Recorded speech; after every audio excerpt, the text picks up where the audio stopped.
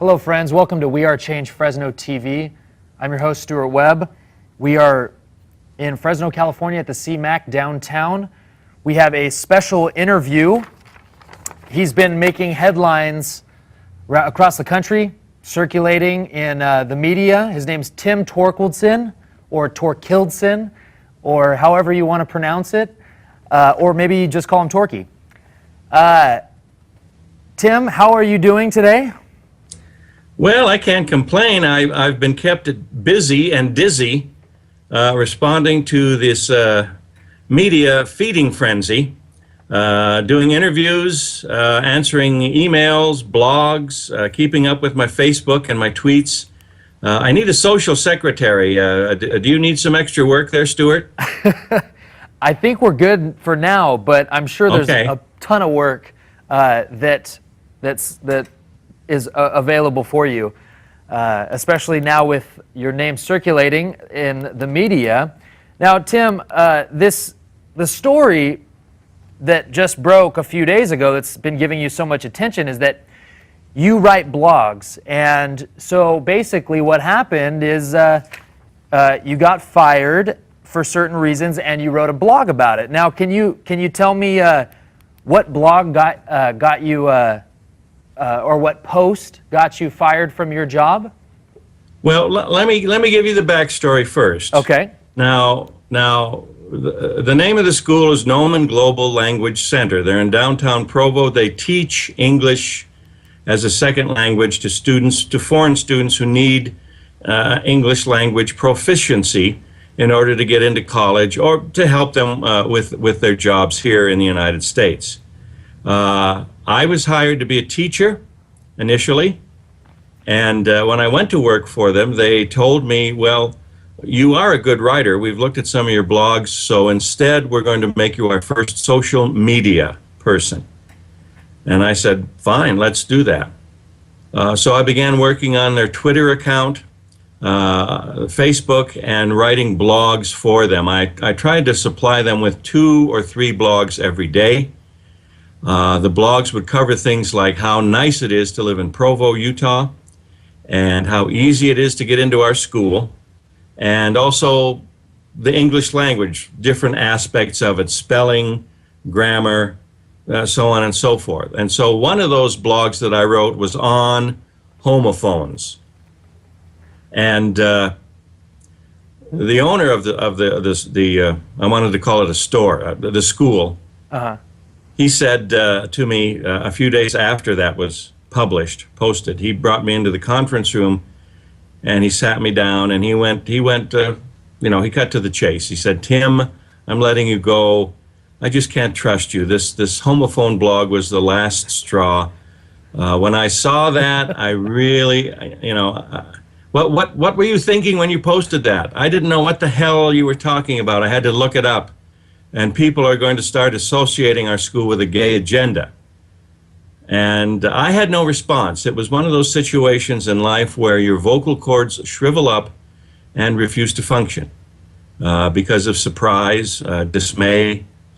I had nothing to say. So he just finished his little spiel with me saying, I can't trust you. You need to be micromanaged. And I don't have the time to micromanage you. You're a loose cannon. I don't know what you're going to do next. And so, can you have your desk cleaned out by 11? And I said, yeah, sure I can. And that was it. Now, this happened back towards the beginning of July. Mm-hmm. And the story itself didn't go anywhere until I wrote a blog about it about a week later. I kind of digested the facts. And, as a writer, I tend to want to double check myself. When something fantastic happens, I want to ask myself, did that really happen?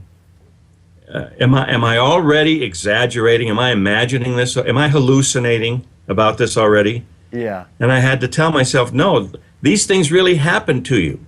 This is not Alice in Wonderland. This is Tim in Provo. And this happened to you. So I wrote a blog about it. The Salt Lake Tribune picked it up. And from there, it went pandemic. I prefer that word to viral. And that's why you're talking to me. You don't even like me. You don't even know me, Stuart. But now you're talking to me. You're right. You're right. I had the pleasure of meeting you in Utah. Very fortunate to meet you in person. You're a very interesting character, a lot of energy. I mean, just like what you said, you basically had to digest it. It took a while for you to actually digest what had happened, probably because it just seemed so childish and just basically unbelievable. I mean, you got fired because you were just writing a blog about the English language, per se, right? Yeah, Really, right? And they had featured very similar blogs a few years earlier. I did my homework. Yeah. I didn't want to post anything that I thought would offend anybody. Yeah. So I researched the Nomen Global blog site. I went back a couple of years. The year 2011, they had a similar blog about homophones, homonyms, you know, the same stuff. So I figured I was safe if I covered it again and gave lots of examples and didn't make a joke out of it. Because obviously today, the prefix homo is a hot button word or prefix. Yes. And you want to be careful how you use it. So there was no joking, innuendo, you know, no emoticons winking at you or anything. It was just a straightforward little grammatical lesson. That's all it was. Yeah. And really, it wasn't the gay community or the LGBT community getting mad at you for writing a blog about the English language, about homophones, which, you know, when words are spelled differently but sound the same, that's what a homophone is, and that's what you were doing. You were just describing that in a blog. And so, but it's just interesting how we've become so politically correct, is that your boss apparently didn't like that for fear of having backlash about the blog you were posting. It wasn't the gay community, right? Yeah. It's a fortunate thing I didn't use the word niggardly. Then I would have been in even bigger trouble. Maybe you'll be in trouble now because you said it, right? Well, you know, about a third of the comments that people have made over the last week have included that word. Wow. They seem to draw some kind of parallel between homophones and niggardly, which means, by the way, to be cheap, to be thrifty. Yeah. Okay, that's what it means. Yeah. So put away your lynch ropes, please. I don't make this stuff up. I'm simply trying to teach the English language to people. Yeah. That's all I'm trying to do. I have no agenda against Clark Wooger, the owner of the school, or school itself. At this point in time, you know, I'm just trying to get along. I'm trying to find employment, to stay employed, to stay on my feet. That's really all I care about. I have no vendetta, whatever. Yes, we have no vendettas. We have no vendettas today. Okay, yes. Well, of course. I mean, you're writing about the English language, and you know, I guess Homo sapiens is now what is that word called? A hot button word now, just stating that we're. Well, the homo is, and now, Stuart, this is interesting, but here in Utah, anyways. No one ever says homophone anymore. It's pronounced homophone. Yeah. Homophone. Like homicide, right? Nobody will even pronounce it as a homophone. It's pronounced homophone, like homicide. Yeah. It's a shame that you know, you're trying to teach the English language, but instead you're not allowed to actually teach it because some words are now apparently inappropriate to use. Even though they have no meaning whatsoever that has anything to do with it. It's not even in a negative manner or negative fashion that you're using these words. They don't even mean something negative. They're just describing that words are spelled differently but sound the same. Yeah, and are used differently. Unbelievable. So, you know, I was reading some of your blogs, and at the bottom it said you actually started out, you were starting to write blogs because you wanted to make wanted it to be like a conservative blog, but then you said, you know what, I'm gonna make humorous blogs. Correct? Oh, you mean my personal blog? Yeah, I love to write. Yeah. I've been a writer since I got out of high school, really. And my personal blog. I mean, honestly, I wanted it to be conservative so that the PACs, the political action committees, would start funneling money to me so I could run their agenda. Yeah. That was my nefarious scheme. Yeah. But the PACs never were interested, and I was just having too much fun writing about myself or about, other things. So I started to put that in, and slowly that kind of has crowded out a political agenda, although there's still that in there. I just ran something today. I think it's about the NSA. One of the senators from Vermont. Mm-hmm. I can't think of his name, but yeah, it's about Bank of America. They got off pretty much scot-free for causing the recession that we're all suffering from. Yeah, they paid fines. They paid some fines, and no one got in trouble, really. They just had to pay some money. Nobody went to jail, and probably somebody should have. Definitely. And so a senator from Vermont, you'd have to look on my blog, I forget his name, but he issued a press statement. I just did the old, copy and paste with it and put it right on my blog site. I didn't change a thing. Didn't need to. So I still do things like that, but also it's about 50-50. 50% is humor, 50%, well, when you're talking politics, it's all humor. Yeah, I know. But 50% is my humor, and 50%, are news releases from wherever I can get them. Well, that's awesome. It's just funny to me that, you weren't even seeking, I talked to you earlier before we started, you're not seeking legal action. And, no, heaven forbid. No. And also, you just wrote the blog because you like to write, and that actually triggered this, just outpouring of probably support and possibly hate for no reason. Not understanding the issues. Most responses have been supportive. Yeah. Actually, a lot of them have been incredulous. They say things like, "Oh, this must be something from The Onion." Or please tell me this is satire. Yes. Or, you can't be serious. Because it seems so ridiculous. Well, you can't make these things up when they happen. They just happen. Yeah. So anyway, I was talking to you in Utah, and it's funny because when I talked to you, you said, "Oh, I've been in the media for how many years was it? 40 years?" Oh, you want to drag that in? Well, I used to be a clown for Ringling Brothers, and that was 40 years ago. Uh-huh. And as a clown with the greatest show on earth, there's a lot of publicity involved. So 40 years ago, I was on the Tonight Show. I did Sesame Street. I was on the Art Linkletter Show, Phil Donahue, so on and so forth. My picture was in the Wall Street Journal. But that's because I was a clown with Ringling Brothers, not because of anything I personally did. Oh. But so I'm used to doing interviews. They don't scare me or intimidate me or anything, and I'm glad to do them. I like talking about myself. I'm a big ham. You said that you had been published in numerous papers over the years, though, right? Oh, yes. Writing? Oh, yes. Yeah, Minneapolis Star and Tribune, the St. Paul Pioneer Press, the New York Times, New York Daily News. Oh, yeah, a lot of them.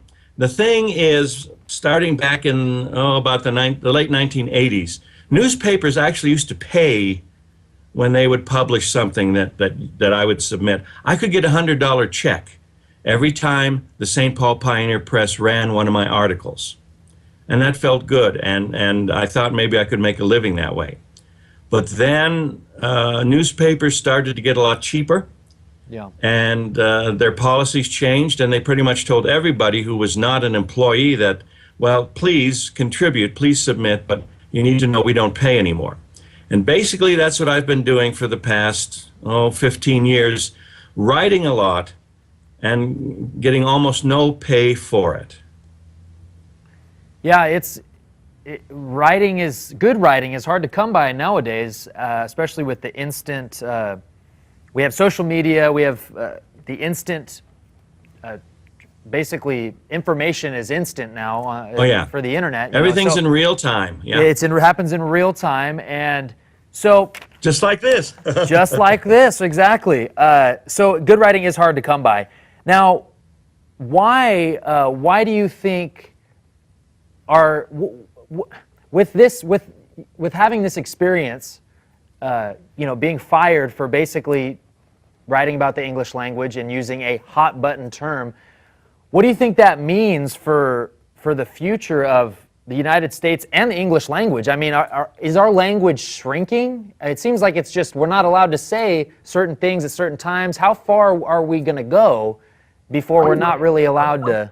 So Tim, with this event of your firing, where do you see the future of the English language in the United States going? Are we going to be this politically correct, shrinking of the language type society, or do you think that we're going to have to make some major changes to make sure that things like homophone don't upset people to the point where we can't use the word, thus shrinking the language?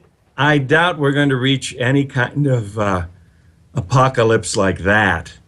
The English language is stronger, more vibrant, and long-lasting than any particular pedagogue or demagogue or moron or English teacher who wants to shape it. The English language is a law and a force unto itself, and I rejoice in that fact. There's no one institution, no one individual who can ever shackle the English language. That's why so much of the literature of freedom has originally appeared in English. I mean, we pull it out of Greece and Rome and other ancient cultures and civilizations, but freedom itself, and now I sound like, this is the 4th of July and I'm on a soapbox, but the concept of freedom, I think, is best expressed in English, and it's great that I can do this right now. I can look you square in the eye, Stuart, and everybody on this podcast, and I can just say, you go to hell. I can do that. Isn't that great? It's great. I love it. No, you're very right in saying that. Our First Amendment describes it very specifically. We have the freedom of speech in this country to say whatever we want, and we should protect, even if we don't like what they're saying, we still need to protect their right to say it. It's very important, and I think you're right in saying that the English language will not be there will not be shackles on it. This whole homophone thing, this is a tempest in a teacup. Yeah. It's a battle in a bottle. It's a jihad in a Jello mold. It's frankly, in another week, who's going to remember it? Yeah. Nobody. It'll just be a footnote in some scholar's dusty old, history lexicon on the English language at the beginning of the 21st century.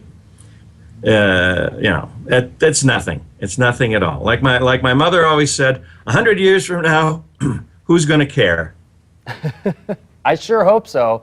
I really hope that I think most Americans, even if they're not politically involved or they don't really care, most Americans want to say what they want to say when they want to say it. Correct?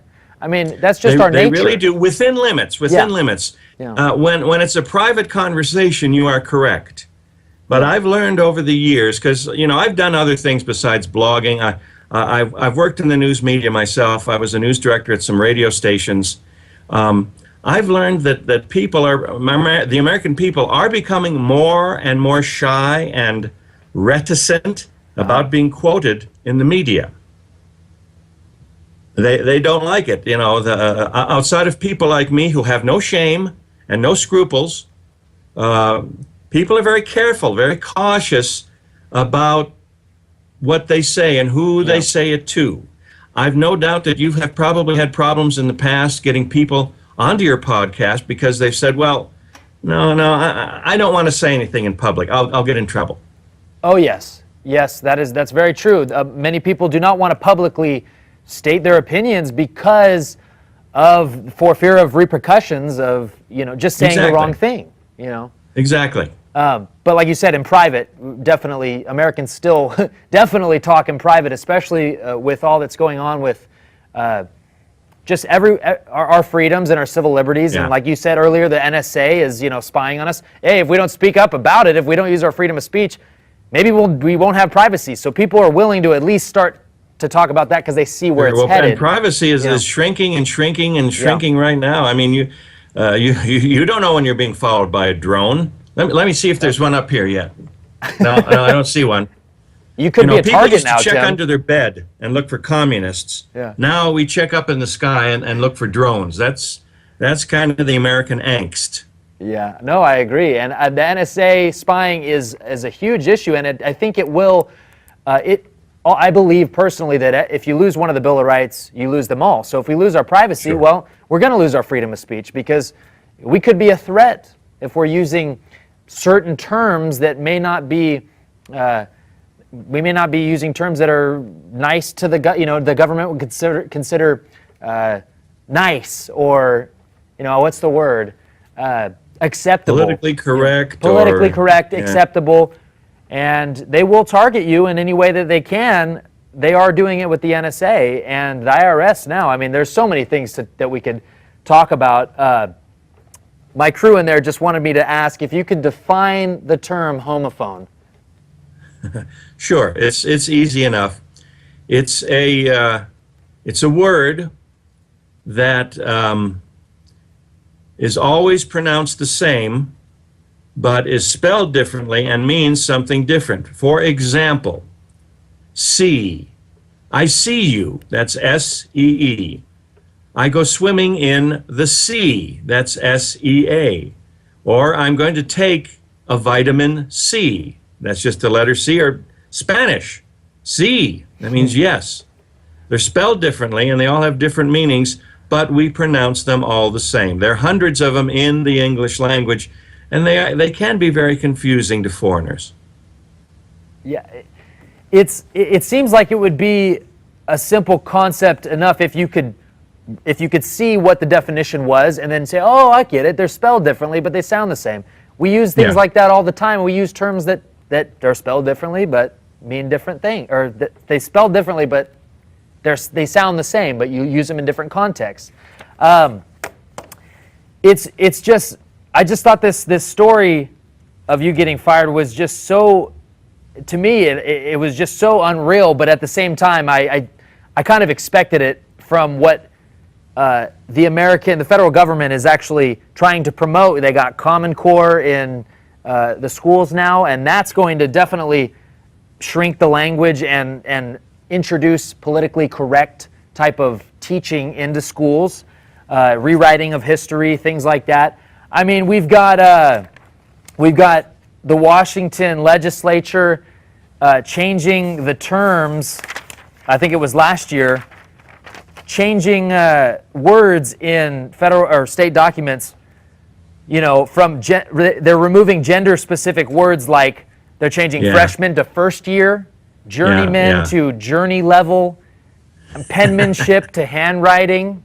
I mean, penmanship, that's kind of a cool word, but just because there's a man in there, penmanship, that's, I guess, sexist against women, so we have to make it handwriting.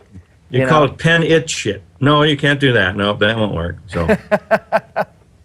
Yeah, and then we also... Well, but again, let me just say the English language is more robust than any of these little martinets, these little tin pot tyrants that want to control the language. I like that word. It's like trying to guide an elephant with a piece of thread. It's not going to work. Oh, I agree, and I like that. The tin pot tyrants, is that what you said? Yeah. That's a great, you coined that term. Well, hold on 1 second. Sure. Oh, hey, do you think the word brown bag, is that racist, Tim? now you're descending to the Jay Leno level. Come on. I mean, we got to have some humor, like you said.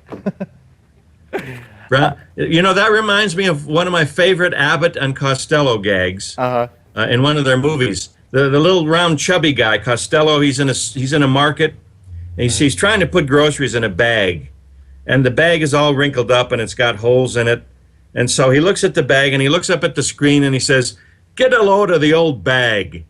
And right next to him is an elderly lady, and she overhears him, and she thinks that he's referring to her, and so she takes her purse and just whacks him right over the head. And that's kind of what happened to me. I very innocently, I just said, "Well, get a hold of the old bag," and I got whacked over the head. It was a comedy routine. Tim, you said you've been on many shows in the last week. One was, I believe, Homo Radio, you said? Homo Radio in Troy, New York.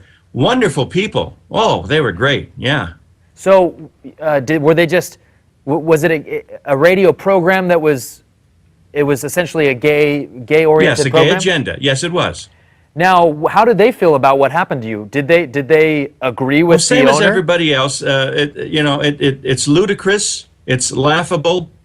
Does it portend grim things for the future? Let us hope not. And I think they went along with me. I just tell everybody now, let's just laugh it off. It's water under the bridge. It's dust out of the dictionary. It's gone. Let's all move on to something more pleasant, or something. There's always a new breaking story, some silliness somewhere that's going on. The world can be sad, and the world can be happy, and the world can be silly sometimes. We need all that. So, what's next on the silly list? You tell me, Stuart. You probably know. Well, I don't know. We've had celebrities and the First Lady tell us that we need to ban the word bossy, things like that. Well, there you go.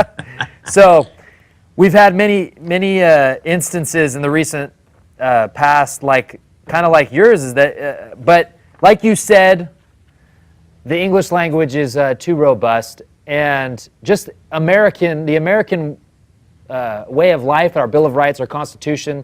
They still resonate heavily with a good amount of the population, like yourself, myself. We like to talk. We like to say what we want to say. And just us being here right now is saying, hey, we're going to say whatever we want, period. Doesn't matter if you think it's racist or homophobic. We're going to say it because we like to talk and we like to use our freedom of speech. So I agree with you there. And I think it's very important.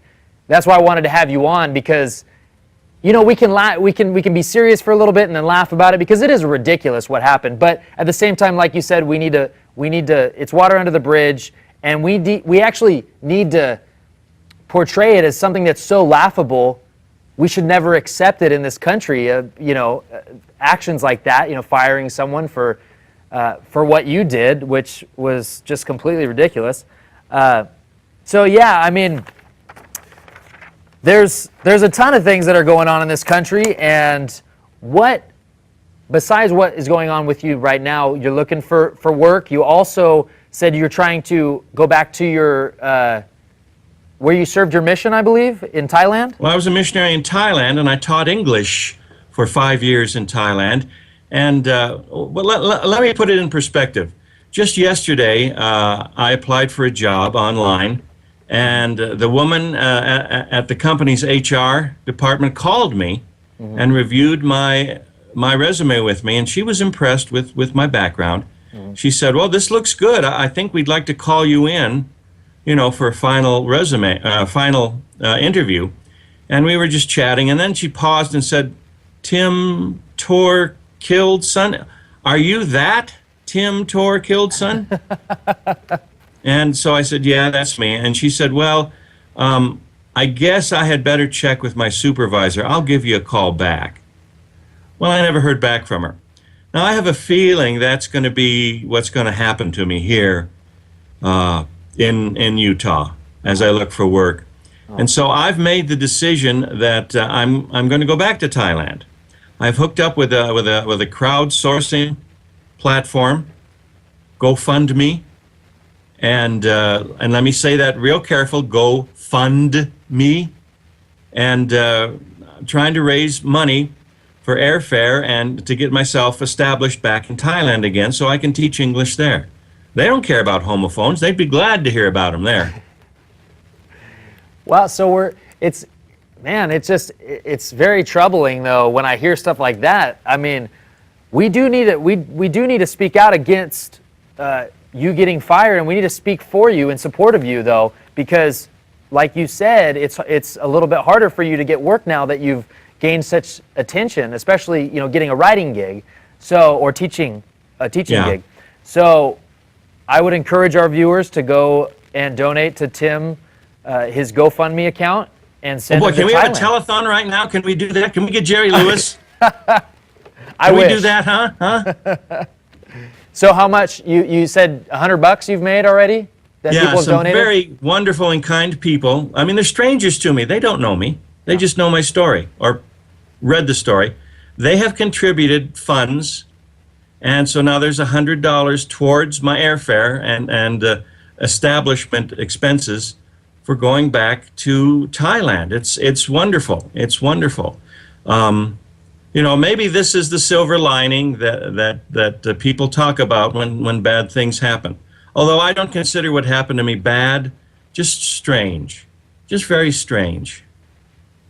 Yeah, it is strange. I agree, because it was just way out of blown way out of proportion, and you know, you don't have a job now. So, and in my opinion, I feel like I've read some of your articles on your blog site, and it seems like you're a very enthusiastic writer, and you obviously know the English language very well, considering your boss didn't even know what a homophone was.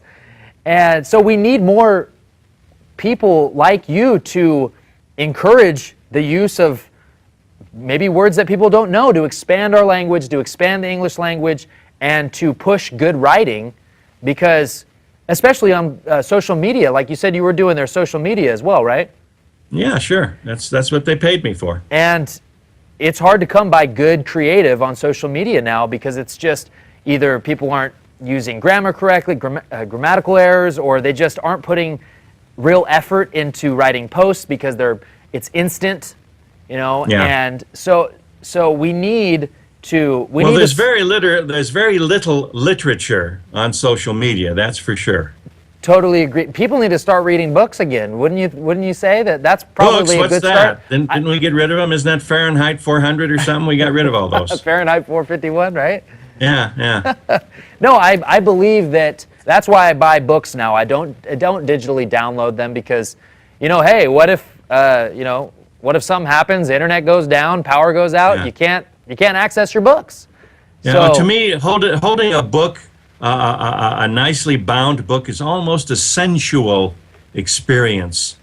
You know, you can feel the cover of it. You open it up and you flip the pages, and that smell that comes to you, that paper smell. Oh, it's grand. I fell in love with books a long time ago, and I'm never going to fall out of love with them. yeah, I just started reading a lot just in this last year, and you know, I love having the book in my hand and highlighting places I like, going back and reading them again, writing notes. It's very important to gain knowledge and to understand language and basically enjoy it. I mean, it's enjoyable to read books, but people are so used to that instant gratification that we get from social media and the internet that kids aren't really interested in reading books anymore. And it's just, it's unfortunate, because I think people that are good writers and people with great personalities like you definitely have a lot to offer. So it's unfortunate that you're going to be leaving the U.S., Tim, but I totally understand. You've kind of been blacklisted or whitelisted or brown listed or yellow listed, whatever you want to call it in Utah, right? I've been brown bagged. You've been brown bagged. Yeah. That's racist and homophobic, Tim. Oh, it How dare certainly you? is. I better get out of here. Goodbye.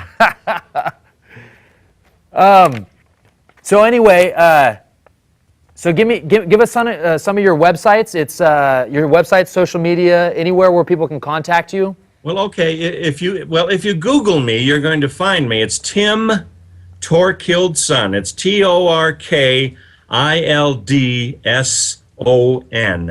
And my personal blog site is called iWriteTheBlogs.com. I write the blogs, all one word. Blogs is with 3 G's, BLOGGGS.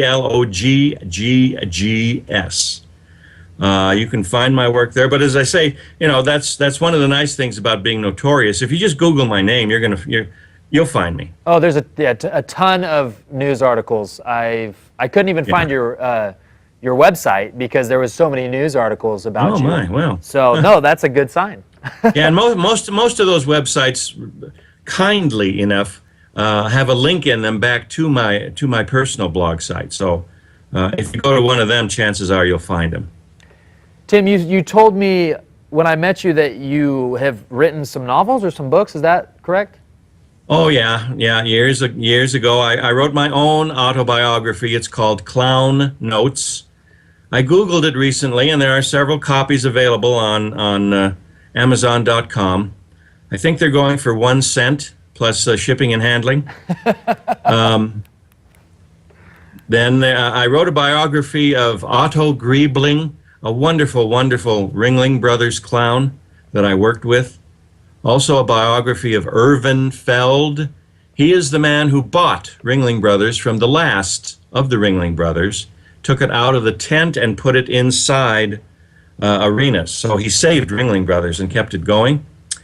I've written several social satires on the LDS culture.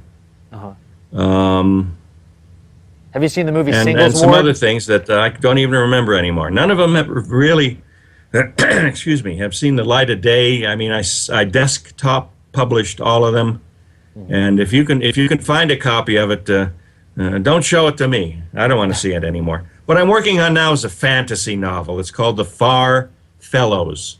What is that and about? it seems to be going pretty good. I got 6 chapters done. I've posted them on my blog.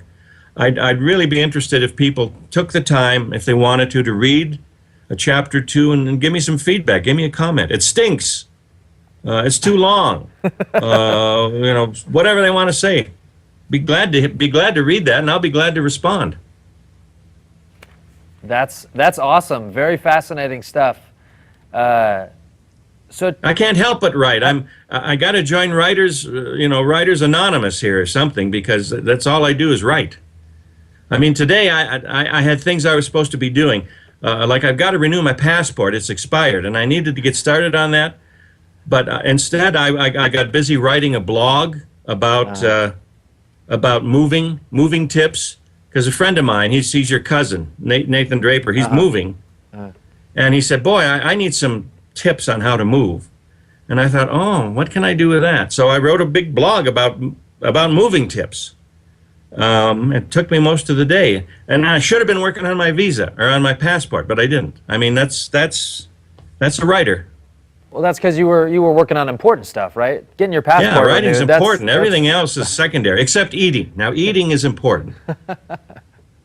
I agree there. I've eaten my words many a time. That's awesome.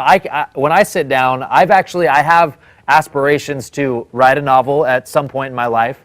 I don't know if that'll ever happen. My brother does as well. He wants to write a novel. But it's not bad that you want to write all the time. Most people can't even write a paragraph. As we can see, a lot of people don't know what a homophone is. So that's great. That's great stuff. Is there anything else? We have about 5 minutes left. Anything else you want to discuss? Any current event that you has been on your mind? I want to know what's all those papers you've been holding this whole time. You keep picking them up and trying to straighten them. What's on there, It's your original blog about the homophones. Oh, I thought maybe you were reviewing your bank statement. I wasn't sure. Yeah, I got a couple. I just got my questions. That I wanted to ask you, and I read an article actually that. Do you know in Thailand apparently there's a coup going on, a military coup? Oh yeah, Are you familiar with that whole situation? Oh, I can't say I'm familiar with it, but I understand it. It's not the first one that's occurred in Thailand, and quite frankly, I really don't want to express an opinion since I plan on moving back there to live. Yeah. Now see, here's our conundrum. Yep. I've got a lot to say on that coup, but because I'm planning on moving back there, I don't want to say it in public. No, I actually, I totally understand what you mean, because. And in fact, I'll tell you what, I've removed several blogs from my blog site that had to do with Thailand once I realized that I'd be moving back there. I didn't want the Thai government to see them. No, and you're not joking about that either. That's actually how it is there, huh? in certain Well, areas. it's not. I mean, Thailand. How do you explain it in 2 minutes? You can't do it. It's not a America. wonderful place. Yeah, wonderful it's place. a wonderful place. Yeah. Even during a coup. Yeah. I mean, the soldiers will mix with civilians. Yeah. The soldiers with their bayonets, with their helmets, with their fierce looks. Yeah. They'll stop a moment and they'll buy some fried rice from a little old lady on a cart because they're hungry. Yeah. And the little old lady and the soldier will converse for a minute, friendly as all get out, and then it'll be time for the soldier to march away. I mean, that's Thailand. Yeah. It's beautiful. It's a wonderful place. No, yeah, it's very interesting, very different from America. But my mom visited there with my sister about 10 years ago, and she loved it. So I've heard very good things about Thailand. Well, it's called the land of 10,000 smiles. And is that why you're moving back there? Yeah, then it's going to be 10,001 smiles. And 1 smiles. That's awesome. Well, anyway, that's all I have for you today, Tim. Is there any last words that you have that you want to express to our audience? Well, just keep enjoying the English language and don't worry about those little woodpeckers that want to bore holes in the sap. The tin pot tyrants? Just don't worry about them. Enjoy talking English, enjoy reading English, coin some new English words. I'm trying to coin a new English word, wooger. That's the name of my boss, Clark Wooger. I want to coin that word. I want people to start saying, hey, I've been woogered. I love it. I want that to happen. I love it. It's like the government's been bundied. There you go. There we go. Now, any book recommendations for our audience that you like, your personal favorites? Books? Yes, books. Well, I love the Patrick O'Brien naval books, nautical books with Captain Aubrey and Dr. Maturin. I don't know if people are familiar with that or not. Those are some of the most wonderful books. I kind of base my fantasy novel, The Farfellows, on those. Those are wonderful books. And boy, do they celebrate the English language. You can hardly go through a page without chuckling at the way the writer uses the language. It's just wonderful. And there's hundreds of books like that out there. Yeah. Don't read comic books. Read good books now, you kids. Come on. No, some books I'm reading right now, I actually have to constantly look up a lot of words that I don't really know the meaning of, which means I'm expanding my language and the understanding of it. So I like reading challenging books. You gotta cut out that pornography, Stuart. Come on. Come on. You know you don't read pornography, Tim, okay? To say the secret void. Well, that's all we have time for you today. Thanks so much for joining us, Tim. We really appreciate it. Okay. And I hope that you find what you're looking for in Thailand, and we wish you all the best here in Fresno. All right. Well, thanks. That's all, folks. All right. We'll talk to you soon, Tim. Bye-bye. All right. See ya.